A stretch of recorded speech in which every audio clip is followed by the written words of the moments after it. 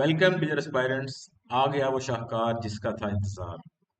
जी हाँ, Punjab public service commission ने deputy accountant BS16 की जॉब्स का इश्तिहार दे दिया है। और बहुत अरसे से लोग इसके इंतजार में थे क्योंकि फिनांस डिपार्टमेंट की जॉब है और एक बहुत तगड़ी जॉब है ये। तो जनाब ये डिप्टी अकाउंटेंट है। टोटल पोस्ट इसमें 60 हैं। इसमें से 53 ओपन मेरिट पर हैं और स्पेशल पर्सन कोटा की 4 हैं और माइनॉरिटी कोटा की 3 हैं। इसके लिए जो हमें तालीम रिक्वायर्ड है वो सिंपल ग्रेजुएशन है।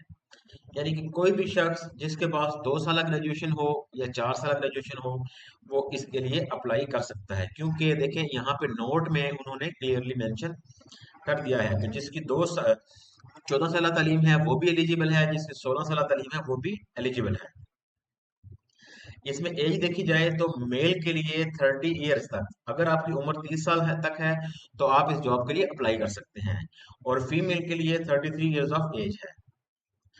और इसमें तमाम जेंडर्स अप्लाई कर सकते हैं। डोमिसाइल ऑल पंजाब बेसिस है और इसकी पोस्टिंग भी पंजाब में कहीं भी हो सकती है। इसके अलावा जो एक अच्छी चीज इसमें की गई है, PPSC वापस अपने पैटर्न पे वापस आया है। यानी कि इन तमाम जॉब्स के लिए वन पेपर MCQs लिया जाएगा। और वन पेपर MCQs के लिए आपको पता है इसके कुछ पोर्शंस होते हैं जिसकी आपने तैयारी करनी है। जिस तरह 100 मार्क्स का टेस्ट होगा तो आपने पाकिस्तान स्टडीज को फोकस करना है, जनरल नॉलेज के पोर्शन को देखना है, करंट अफेयर्स है, इस्लामिक स्टडीज है, जियोग्राफी है, बेसिक मैथमेटिक्स है, इंग्लिश है, उर्दू है, एवरीडे साइंस है, बेसिक कंप्यूटर स्टडीज है।